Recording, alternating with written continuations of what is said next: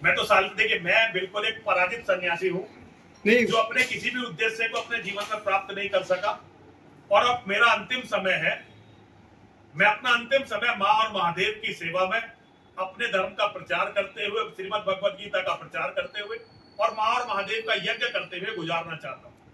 मैंने हिंदू समाज से 27 साल दिए। अब मेरे जितने जीवन के क्षण हैं मैं केवल माँ और महादेव को देना चाहता हूँ।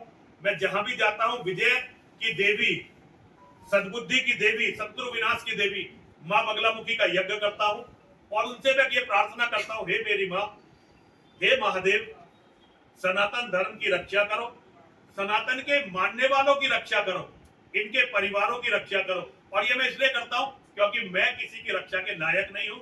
मैं बिल्कुल दयनीय स्थिति में भगवान के शरणागत हूं। मुझे किसी भी धर्म गुरु पे भरोसा नहीं है, किसी नेता पे भरोसा नहीं है, किसी संगठन पे भरोसा नहीं है। मैं केवल माँ और महादेव की शरण में हूँ और एक भिखारी के रूप में समाज के सामने हूँ। तो मेरा कोई रोड मैप, कोई योजना नहीं। उम्र होती है, मेरी एक उम्र थी जब मैं 33 बार जेल में गया। 100 से ज्यादा रात मैंने हवालात में काटी है, 500 से ज्यादा दिन का मैंने अनशन किया है। आज जो सत्ता के शीर्षों में बैठे हुए हैं ज्यादातर मेरे अपने साथी, मेरे अपने मित्र हैं, लेकिन मैं अपनी कोई भी बात उन्हें समझाने में कभी कामयाब नहीं हुआ। जिनके सामने 27 साल में मैं नहीं समझा सका, अब 1-2 साल में क्या समझा पाऊंगा। तो मैं अपने अंतिम समय में केवल माँ और महादेव की शरण में हूँ, माँ और महादेव की शरण में हूँ। मैं पूरे हिंदुस्तान में घूम रहा हूँ। जहां भी लोग मुझे धर्मात्मा लोग मिल जाते हैं, मुझे शरण देने वाले लोग मिल जाते हैं, मुझे सहयोग करने वाले लोग मिल जाते हैं, मैं वही माँ और महादेव का यज्ञ करता हूँ और माँ और महादेव से यही प्रार्थना करता हूँ कि जिसने मुझे शरण दी, जिसने मेरा साथ दिया, माँ और महादेव आप इनकी सभी मनोकामना पूर्ण करना, इनकी रक्षा करना, इनके परिवार की रक्षा करना, सनातन धर्म की रक्षा करना। बस मैं अब इतना ही कर सकता हूँ। इससे अधिक करने का कोई बल, कोई सामर्थ्य मेरे में नहीं है।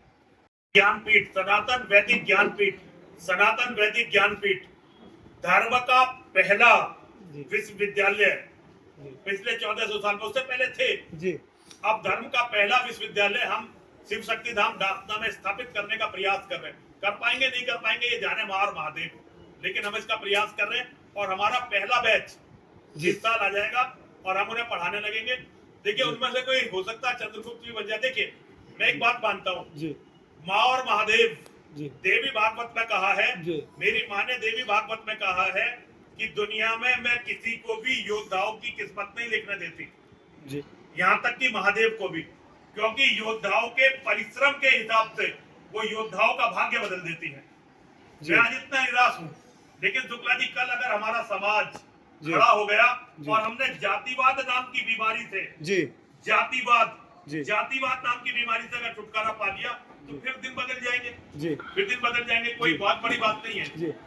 हम 2 दिन गीता पे चर्चा करेंगे ना, 2 दिन का गीता महाकुंभ है। हम पूरे पंजाब से लोगों को बुलाएंगे और गीता पर चर्चा करेंगे ताकि लोग गीता को समझें। हम तो आपको आमंत्रित करते हैं, आप जरूर रहिए।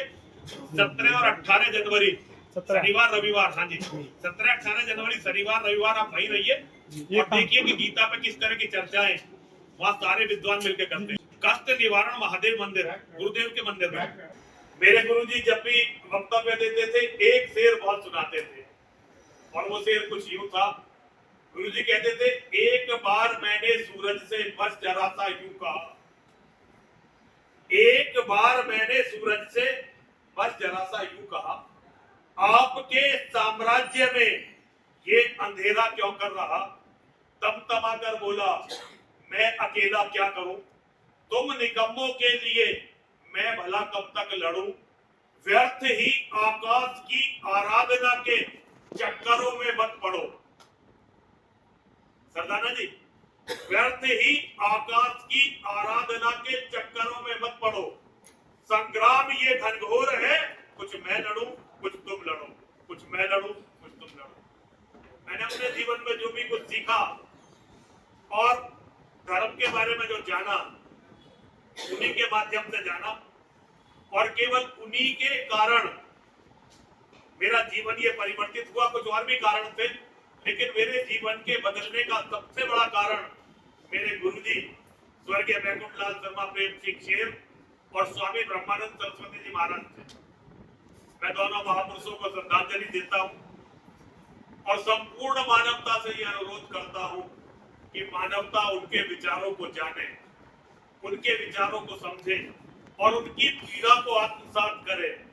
और हम कुछ करें ना करें, लेकिन इस लायक बन जाए कि अपने घर अपने परिवार की रक्षा कर सके। हम बड़ी बड़ी बातें करते हैं और हमने सब कुछ खो दिया बड़ी बड़ी बातों में। मेरा संदेश सनातन के मानने वालों से इतना है, कुछ भी करके अपने घर, अपने परिवार, अपनी बहन बेटियों की रक्षा करने के लायक बनो।